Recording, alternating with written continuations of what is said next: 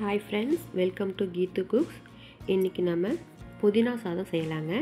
அதுக்கு நான் ஒரு 2 கைப்பிடி அளவுக்கு புதினா எடுத்து நல்லா சுத்தம் பண்ணி தண்ணி வடித்து எடுத்துக்கிறேங்க. என்னதான் நம்ம சுத்தம் பண்ணாலும் அங்கங்கே ஏதாவது பூச்சி இருக்கும், பார்த்து கேர்ஃபுல்லாக தான் நம்ம சுத்தம் பண்ணி எடுத்துக்கணும். 2-3 தடவை அலசி எடுத்து நான் வடிகட்டி ஒரு மிக்ஸி ஜாரில் 4 பச்சை மிளகா ப்ளஸ் இந்த 2 கைப்பிடி அளவுக்கு புதினாவை தண்ணி விடாமல் எதுவும் சேர்க்காமல் அரைச்சி கொண்டு வந்தாச்சுங்க.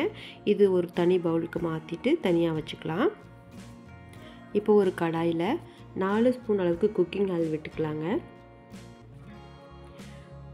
எண்ணெய் காஞ்சதும் கடுகு ஒரு 1/4 ஸ்பூன் அளவுக்கு போட்டுக்கலாம். நிலக்கடலை 1/2 கப் அளவுக்கு நான் சேர்த்துருக்கேன். நல்லா இது க்ரன்ச்சியாக கிடைக்கும், அதுக்காக நான் 1/2 கப் சேர்த்துருக்கேன். உளுந்து 2 ஸ்பூன் முழு உளுந்து சேர்த்துக்கலாங்க. கடலைப்பருப்பு 2 ஸ்பூன் அதுவும் போட்டுக்கலாங்க. இது கூடவே 10 முந்திரி பருப்பும் சேர்த்துக்கலாங்க. முழுசாக இருக்கிறதுனால நான் 10 மட்டும் எடுத்திருக்கேன். அதுவும் நல்லா இந்த எண்ணெயில் ஃப்ரை பண்ணிக்கலாம். இப்போது மிளகு சீரகம் ஒரு 1/2 ஸ்பூன் நம்ம சேர்த்துக்கலாங்க. இது ஃபஸ்ட்டே சேர்த்துருந்தா தீஞ்சு போயிருக்கும், அதனால தான் லேட்டாக சேர்த்துருக்கேன். இப்போது இஞ்சி பூண்டு பேஸ்ட்டு 2 ஸ்பூன் அளவுக்கு நம்ம ஆட் பண்ணிக்கலாம். அதுவும் நம்ம ஃப்ரை பண்ணிக்கலாம். இது கூடவே 4 கிராம்பு ஒரு சின்ன பட்டை அதையும் சேர்த்துக்கலாங்க.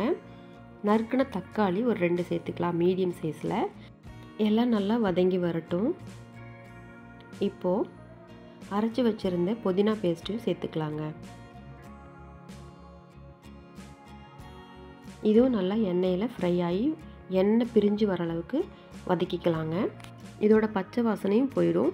இப்போது இந்த டிஷ்ஷுக்கு தேவையான அளவுக்கு உப்பு போட்டுக்கலாங்க. கூடவே 1/4 டீஸ்பூன் அளவுக்கு பெருங்காயமும் ஆட் பண்ணிக்கலாம். இப்போது உப்பு கம்மியாக இருந்தால் கூட சாதம் போட்டு கிளறும் போது நமக்கு தேவைப்படும் போது நம்ம ஆட் பண்ணிக்கலாம். இப்போ எண்ணெய் பிரிஞ்சு வந்தாச்சு, அதனால் ஆஃப் பண்ணி கொஞ்சம் ஆற விட்டுக்கலாம். இப்போது இந்த பேஸ்ட்டில் வேக வச்சு எடுத்து வச்சுருந்த சாதத்தை போட்டு கிளறிக்கலாங்க.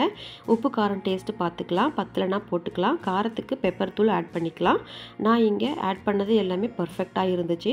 நம்ம சாப்பிடும்போது கிடைக்கிற ஒவ்வொரு பைட்ஸுக்கும் இந்த பருப்புகள் எல்லாமே சூப்பர் டேஸ்ட் கொடுக்கும். நீங்களும் உங்கள் வீட்டில் செஞ்சு சாப்பிட்டு பாருங்கள். குழந்தைங்களுக்கு பிடிச்ச மாதிரி செஞ்சு கொடுக்கலாங்க.